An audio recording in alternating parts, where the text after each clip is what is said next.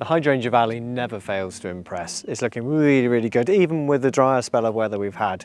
A little bit of dampness here and there and a bit of watering has kept it looking nice and fresh. There's a great variety of different types of hydrangeas as well at Trebah. Not just the mopheads that you see here, which were obviously traditionally planted en masse and look fantastic, but there's some other more delicate forms as well, like the panicles and Hydrangea aspera. So we're really blessed with the soil conditions here as well. So with a slightly acidic soil, we get this fantastic display of mostly blues, obviously a few pinks that were planted. This is Hydrangea paniculata veal fraise. At this time of the year it's a lovely fresh white, but as it ages, as you go through towards the late summer and into autumn, you'll get these lovely sort of pink tinges appearing. It's a really, really pretty hydrangea. The great thing with the paniculatas is that you can literally prune them back hard at the beginning of the year, and they'll come back fresh with this new growth and they'll flower on this year's wood. So hydrangeas come on many shapes and forms, and this is one of the lacecaps. This is Hydrangea quadricolor. You can see the sort of variegated foliage. They're really nice because they have the fertile and infertile flowers. So unlike the big mops, there is something there for the insects to get into.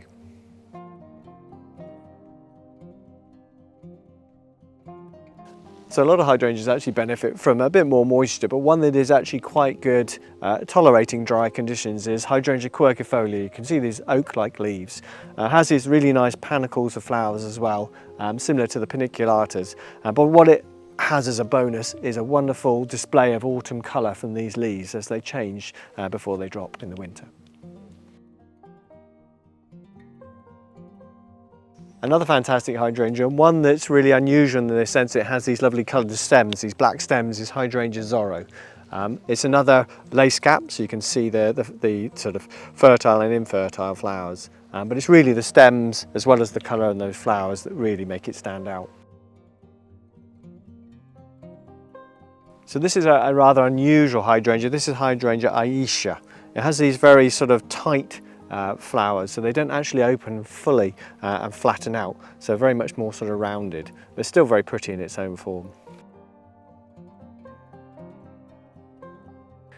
So this is probably one of the most dramatic of all of the hydrangeas, and actually is very local to us. This is Hydrangea Trebah silva.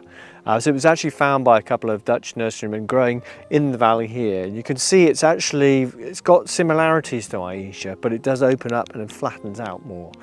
So it has these lovely sort of rounded petals, which are rather pretty. This sort of iridescent shine to the flowers as well. As you can see, obviously it's blue with the acidity of our soil, so it will change colour depending on your alkalinity or acidity. But yeah, a stunning hydrangea.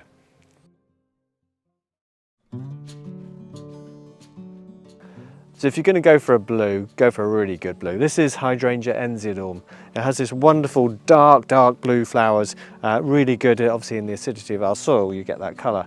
It also has lovely sort of tinges of pink as it ages as well, those sort of antique hues. So it's a really cracking hydrangea, really strong and good blue.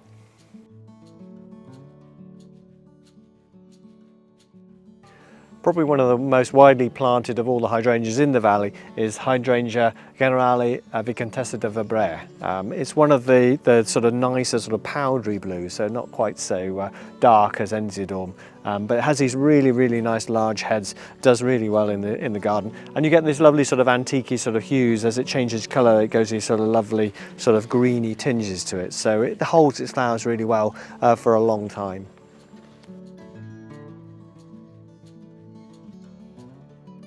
If you've got a little spot in the garden, in the sort of back of a border, a bit more sort of semi-shady even, one of the great hydrangeas for planting in those sort of spaces are the aspera hydrangeas. So this is Hydrangea aspera of the Velosa group. It has these lovely sort of felted leaves and these mauve sort of purple flowers, really good for the pollinators as well.